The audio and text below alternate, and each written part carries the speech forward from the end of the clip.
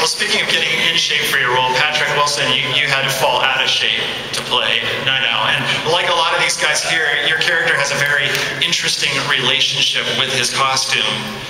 He needs, he fights crime with it. He needs it to date successfully. Like these guys, I'd love to know, how did you find the character, and what did the costume mean for you in terms of, finding who Night Owl was? Oh man, the costume was it's pretty awesome, isn't it? I mean, it's yeah, it is. I mean, they did such an incredible job, and that's a whole different topic, I guess, from the changes that David come up with to what ended up in the film. But this guy, it was pretty cool when everybody else had to get all ripped. I could sit back with a carton of Haagen-Dazs and a couple beers and call it a day. It's pretty cool, actually. It's a good gig. But I love Dan. I miss Dan. I really do. It's so weird. We watched just watching it. It's the first time that I'd really seen Dan, because we don't see him in the trailer for The Dark Knight. So I don't know. I swear to you, playing him and seeing you always pull for Dan. You do. I just fall in love with the guy, right? And what's so amazing to me is, and I'll just say one thing, because he's, he's flabby, he's morose, he's down on his luck, he's lost, he's all these really negative words.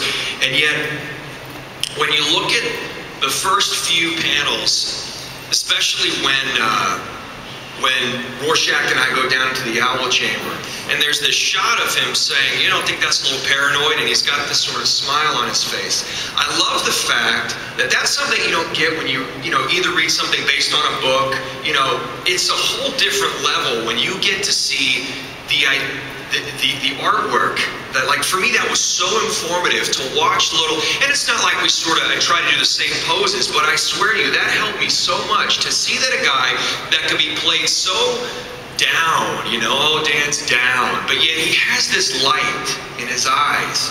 And I love the fact that the artwork and that the drawings that Dave came up with are so informative as an actor, because you see this sense of smile, and in all these shots in the graphic novel that he's smiling, and you see him fighting for it. And that's what I think is something that really keyed me into Dan. It's not playing him just like this downer, but he wants it so bad. The relationship that he has with Hollis, trying to figure out how he adjusted to the post-superhero life, and how does he deal with that. And you pull for the guy the entire film. And I felt like once you got on board in those first few scenes, it was just like the greatest roller coaster throughout this experience. And so every day that I got in that suit, man, was just like a gift, because one, you looked like a badass, and you felt like a badass, and you figured, you know what, that's probably what Dan felt like for a guy that was pretty lost. And obviously, as soon as he puts on the suit, not only does he feel like a man, for obvious reasons that we all know in this room,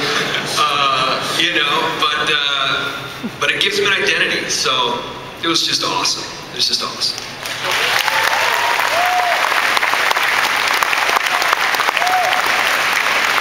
And now we have the Joker.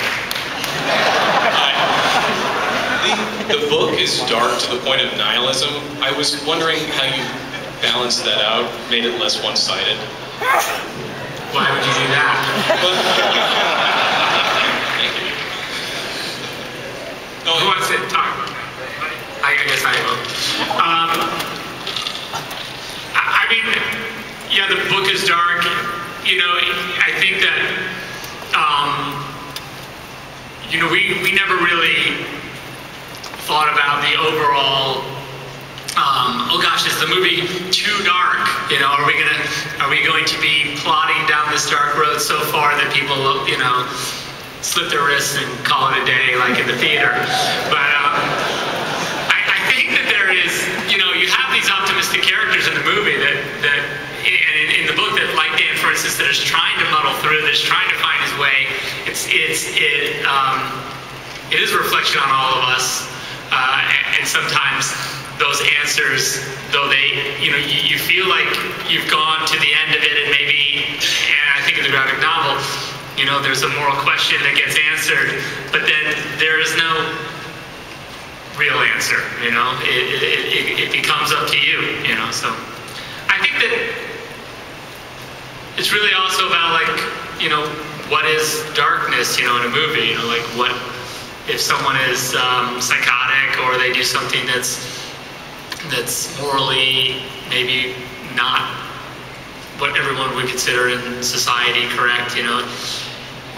Is it a metaphor, or is it, you know, real?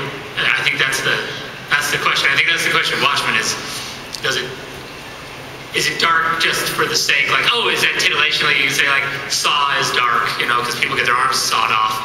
But people get their arms sawed off in our movie too, but for different reasons.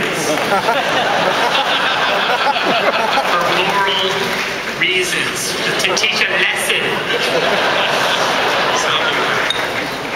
No answer. I rambled. Sorry.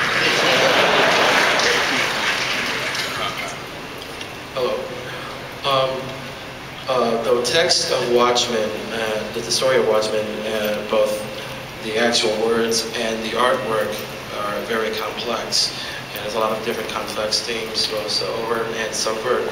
I was wondering if Zack Snyder could talk about the challenges of adapting all of that into a 3-hour script. Yeah, that is a challenge. That was a challenge. I think the other thing is we also tried to, there's the supplemental material that's inside the graphic novel, the under the hood stuff, and the superpowers, the articles about Adrian, the question and answer, or the question and answer with Adrian, the Sally stuff, all that stuff, which has no images that come along with it, that I wanted to try and get some of that in the movie as well. So it was already like, well, just the pictures alone will get you a 5-hour movie. How you're going to try and get some of this other stuff? I mean, I think in there you saw Dollar Bill with his cane caught in a revolving door, which I think is a cool. It's an interesting sort of superhero moment. The idea that capes are an issue,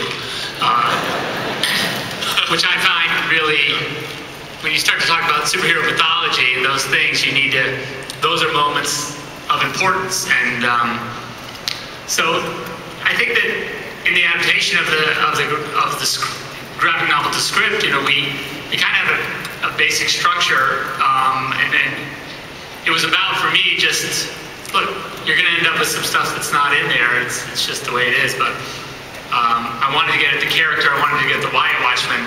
So if anything, I think that we had to cut out some bits that were maybe someone might consider more actiony or a little less about the inhabitants of Watchmen, and more about the sort of the big pictures. Although there are a lot of big pictures in the movie too. So.